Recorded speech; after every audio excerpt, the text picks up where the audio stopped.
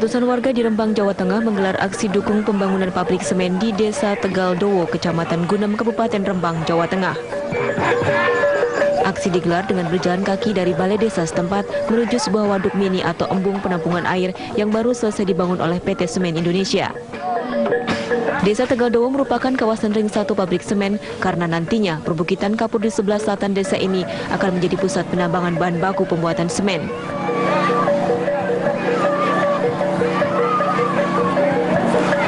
Tujuh gadis desa Tegaldowo membawa kendi berisi air yang diambil dari 7 titik mata air. Mereka diiringi ratusan warga membawa bendera merah putih. Setelah sampai di embung Tegaldowo, peserta aksi mengelilingi embung sambil memercikan air kendi. Hal ini merupakan simbol bahwa air akan tetap ada.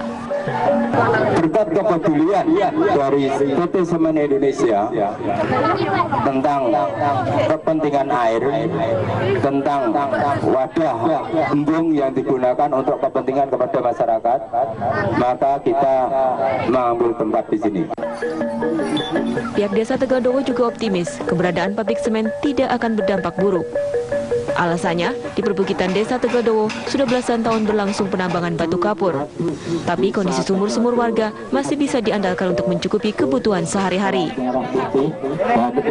Dari kita sendiri tidak tahu kronologinya lah gimana tentang dengan adanya pabrik semen itu gimana sumberannya saya tidak tahu. Namun pada saat itu tahun-tahun yang lalu perusahaan sudah banyak di wilayah kita di atas, banyak perusahaan yang tanah air belum pernah kurang di warganya, tidak ada terganggu sama sekali, Pak. Aksi dukungan ini ditutup dengan doa bersama dan memotong 7 buah tumpeng di lokasi embung. Dari Rembang, Jawa Tengah, Abdul Rohim, TV One mengabarkan. Dan pemirsa, kita akan lanjutkan perbincangan dengan Bapak Rizkan Chandra selaku Dirut PT Semen Indonesia di sini. Pak Rizkan, jika tadi kita melihat tayangan berita, Semen Indonesia ini sedang menjadi perbincangan hangat begitu di tengah publik terkait pembangunan pabrik semen di Rembang. Mungkin Pak Rizkan bisa menjelaskan investasi seperti apa yang sedang dibangun di Rembang ini sehingga menimbulkan pro dan kontra ke permukaan. Baik, makasih Mbak Suci. Jadi pada tahun 2010, di mana saat itu memang demand semen sangat luar biasa, growth-nya juga sangat luar biasa, hampir semua perusahaan melakukan ekspansi. Dan Semen Indonesia belum memiliki eksistensi di daerah Jawa Tengah. Waktu itu memilih daerah Pati, karena di situ memang cadangan batu gampingnya cukup besar, lokasinya juga cukup strategis. Tapi kemudian karena ada masalah yang terkait dengan lingkungan, apalagi Pati adalah daerah yang dilindungi sesungguhnya, kita pindah ke Rembang. Nah, pindah ke Rembang itu tahun 2012 kita sudah dapatkan semua izinnya melalui seluruh prosedur, termasuk AMDAL sudah diperoleh, izin diperoleh, dan 2014 kita mulai membangun. Setelah itu ada beberapa concern dan keberatan, terutama terkait dengan masalah lingkungan, yang kemudian kita juga coba mitigasi, dan terakhir itu adalah adanya keputusan dari MA, ya, bahwa izin itu dicabut, dan kemudian Januari 2017 dengan mematuhi seluruh keputusan MA, itu gubernur juga sudah mengeluarkan izin baru. Gitu ya.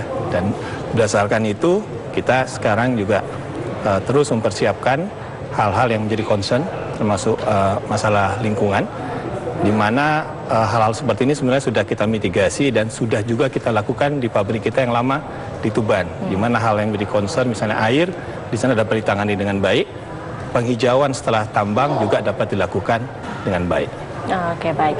Pak Rizkan, kita akan terhubung dengan pakar geologi lingkungan. Ada Pak Budi Sulistyo yang sudah bergabung bersama kami di saluran telepon. Selamat sore, Pak Budi. Selamat sore, Bu. Selamat sore. Pak Budi, kami ingin menanyakan, Pak, dari sisi geologi, bagaimana tanggapan Anda terkait perizinan dan AMDAL yang sudah dilakukan untuk pabrik semen Rembang? Apakah benar ada kesalahan atau tidak? Begini, Bu, ya. Kalau kita lihat dari sisi geologi, lokasi itu kan sudah dilakukan dengan sangat hati-hati sekali. Dan sebetulnya tidak ada masalah, karena di lokasi IUP itu sebetulnya tidak ada mata air, tidak ada goa. Nah, itu sebetulnya yang kata kuncinya. Yang saya khawatirkan adalah keputusan dengan ke MA ini, masalah bahwa di cekungan air tanah tidak boleh dilakukan penambangan. Ini konsekuensinya luar biasa, Bu. Kalau ini akan diterapkan secara umum, maka kita harus menutup semua tambang yang ada di Indonesia, baik tambang batu bara, tambang minyak, maupun tambang gas. Dan mungkin kita harus menutup Freeport juga, karena itu berada di cekungan air tanah Timika. Jadi konsekuensinya, kalau ini betul-betul dilaksanakan, pertambangan di Indonesia akan menjadi titik nadir. Jadi menurut saya itu apa yang sudah dilakukan di cekungan air tanah di Batu Putih, dari sisi geologi tidak ada masalah. Baik, dari penelitian yang Anda lakukan tidak ada sedikit pun masalah yang ditemukan ya Pak ya di wilayah Rembang ini, baik dari segi ketersediaan air ataupun hal yang lainnya, tidak ada masalah ya Pak ya? Tidak ada masalah, karena begini, kita menggunakan konsep zero run off. Zero run off itu apa artinya? Bahwa tidak boleh air keluar dari lokasi tambang. Artinya ini mendukung program dari Kementerian KLHK bahwa untuk membuat biopori raksasa atau sumur resapan. Jadi tidak betul kalau selama ini dengan area tambang jadi banjir. Karena tidak mungkin jadi banjir karena air dimasukkan semua ke dalam tambang. Dan juga penambangan dilakukan di zona kering. Jadi tidak mungkin air itu akan memotong, tambang itu akan memotong zona-zona air. Baik. Jika Anda melihat pembangunan industri semen yang sebelum-sebelumnya, biasanya seperti apa Pak kerusakan lingkungan yang ditimbulkan dari pembangunan pabrik semen yang sudah-sudah begitu? Sebetulnya tidak, kalau itu dijalankan dengan benar, itu kan ada program reklamasi. Dengan program reklamasi yang harus dijalankan dan itu diawasi oleh pemerintah. Dan kemudian juga cara penambangan adalah secara progresif. Kalau itu dijalankan dengan baik, pengawasan yang baik, seharusnya tidak ada masalah.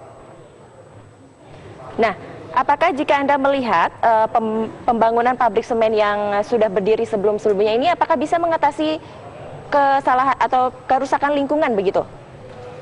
Menurut saya bisa saja. Sekali lagi, itu kan sudah tiap tahun, itu mereka membuat rencana reklamasi dan pasca tambang.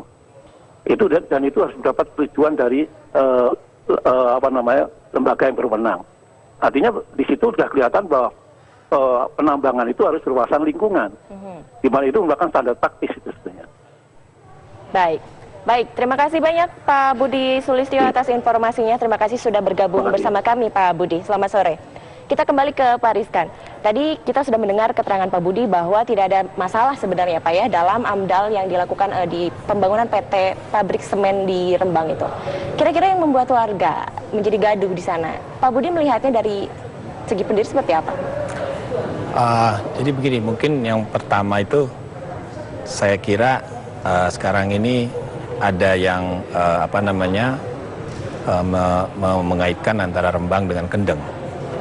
Saya kira dalam Permen SDM tahun 2014 itu juga cukup clear bahwa ada 3 zona di Jawa Tengah itu yang sangat terkait gitu ya. Ada zona Rembang, ada zona satu lagi di tengah, saya lupa namanya ya.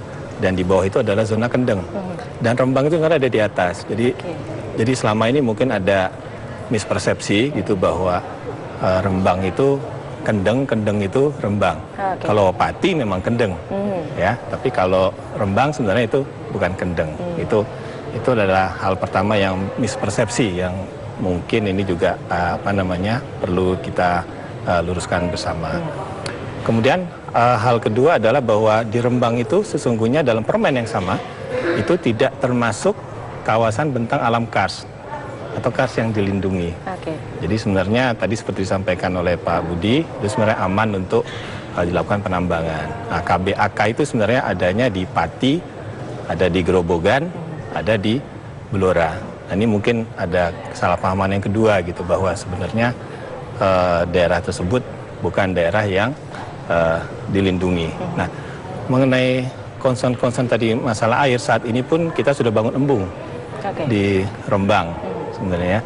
Jadi ini kita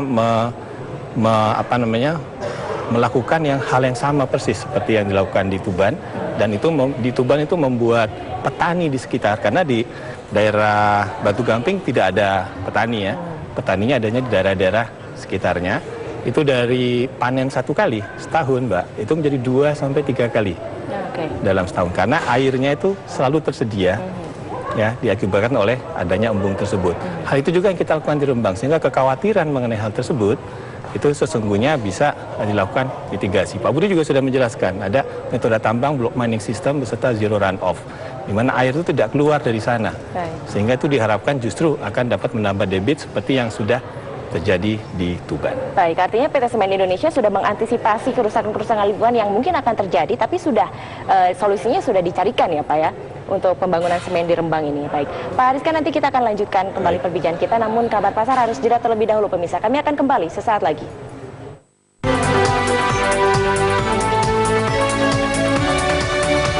Baik, kita akan lanjutkan perbincangan bersama Bapak Ariskan Chandra di sini. Pak Ariskan, tadi kita sudah membicarakan Pak AMDAL.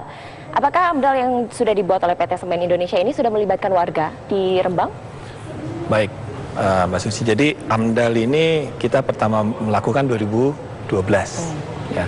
Dan saat itu seluruh prosedur dilalui, artinya mengacu pada dokumen-dokumen yang lain, dan kemudian sudah melibatkan juga warga. Sehingga kenapa AMDAL keluar? Karena tentunya mayoritas warga menyetujui, mayoritas warga Rembang, ya, saya kira itu menyetujui. Demikian juga AMDAL yang kemarin. Jadi pada tanggal 2 Februari 2017 itu sidang Komisi Penilai AMDAL dilakukan dan mengundang seluruh warga masyarakat di Rembang, baik yang pro maupun kontra, ya, dan hadir juga yang kontra di sana. Hadir juga. Sehingga memang karena AMDAL-nya disetujui, berarti memang sudah sebagian besar warga Rembang ini ya, kita ngomong warga Rembang nih Mbak ya, warga Rembang yang berada di ring 1 pabrik itu berarti setuju dengan pembangunan ini. Baik, nah terkait keputusan MA yang kemudian membatalkan AMDAL yang sudah dibuat oleh PT Semen Indonesia, apa langkah selanjutnya dari PT Semen Indonesia ini? MA itu membatalkan AMDAL yang lama. Sekarang AMDAL yang baru ini beserta izin lingkungannya sekarang berlaku, efektif. Jadi memang saat ini pabrik sudah memiliki seluruh dasar hukum untuk beroperasi, dan sekarang kita menunggu hasil dari kajian lingkungan hidup strategis yang sekarang sedang dilakukan oleh Kementerian Lingkungan Hidup dan Kehutanan. Baik. Baik, Pak Ariskan, seperti yang kita tahu, dalam waktu yang bersamaan ketika AMDAL PT Semen Indonesia dibatalkan, kemudian MA memenangkan AMDAL pabrik semen lain yang sedang dibangun di Pati, begitu. Bagaimana tanggapan Pak Ariskan sendiri? Saya kira gini, Mbak ya, Semen Indonesia adalah perusahaan yang selalu mematuhi hukum dan regulasi. Saat mengenai keberadaan pabrik lain, saya kira kita fokus saja kepada pekerjaan kita sendiri, dan kita sangat yakin bisa bersaing dengan perusahaan-perusahaan lain. Jadi selama perusahaan itu juga mematuhi hukum dan regulasi, saya kira tidak ada masalah. Oke, harapan kedepannya terkait pembangunan PT Semen Indonesia terkait pabrik yang di Rembang ini nanti ke depan seperti apa, Pak Ariskan? Saya kira gini, sebaik-baik keberadaan sebuah perusahaan adalah yang berguna bagi lingkungan sekitarnya. Itu yang kita sudah terapkan juga baik di Tuban, di Tonasa maupun di Indarung Padang. Ini yang kita harapkan juga akan kita lakukan di Rembang. Sehingga pabrik belum berdiri, kita sudah mengucurkan sekian banyak CSR untuk supaya keberadaan kita ini benar-benar ada manfaatnya bagi lingkungan. Itu yang kita harapkan ke depan. Baik, mungkin mempertegas sedikit Pak Ariskan. Tadi Pak Ariskan sempat menjelaskan beberapa pemisahan zona ini. Kendeng ini termasuk Rembang atau Rembang termasuk Kendeng? Nah, ini harus dipertegas nih agar tidak ada kesimpang siuran lagi. Baik, Mbak Suci. Jadi memang di situ ada 3 ya. Di atas sudah zona Rembang, ada Randu Blatung di tengah, di bawah Kendeng. Jadi sebenarnya antara zona Rembang dan zona Kendeng itu ada zona lainnya yang membatasi. Jadi sebenarnya cukup jauh. Cukup jauh. Sehingga Rembang masuk di atas, yang masuk di bawah itu sebenarnya Pati, Blora, itu masuk di kalau dinamakan Kendeng ya itu sebenarnya isinya, terutama Pati ya, terutama Pati dan Blora. Zona Rembang itu span dari Rembang, Tuban pun masuk di zona Rembang. Baik. Itu saya kira. Dengan berbagai hambatan yang sudah dihadapi oleh PT Semen Indonesia, cukupkah optimis PT Semen Indonesia akan memenangkan persaingan begitu di industri semen saat ini? Seperti saya sampaikan tadi, sudah berpuluh tahun Semen Indonesia menjadi leader, ya, baik dalam suasana pesaing tidak banyak maupun sekarang. Dalam suasana pesaing sekian banyak, ternyata kita bisa mempertahankan market share di angka yang sesuai, walaupun capacity share kita terus menurun, karena memang belum ada pabrik baru. Itu saya kira. Baik, terima kasih Pak Ariskan Chandra telah hadir di studio kami. Dan pemirsa, tadi sudah kami perbincangkan mengenai pembangunan PT Semen Indonesia di pabrik Rembang bersama Pak Ariskan Chandra selaku Dirut PT Semen Indonesia. Dan kabar pasar harus kita akhiri sampai di sini. Mewakili kerabat kerja yang bertugas, saya Suci Mentari pamit undur diri. Terima kasih, sampai jumpa. Terima kasih banyak.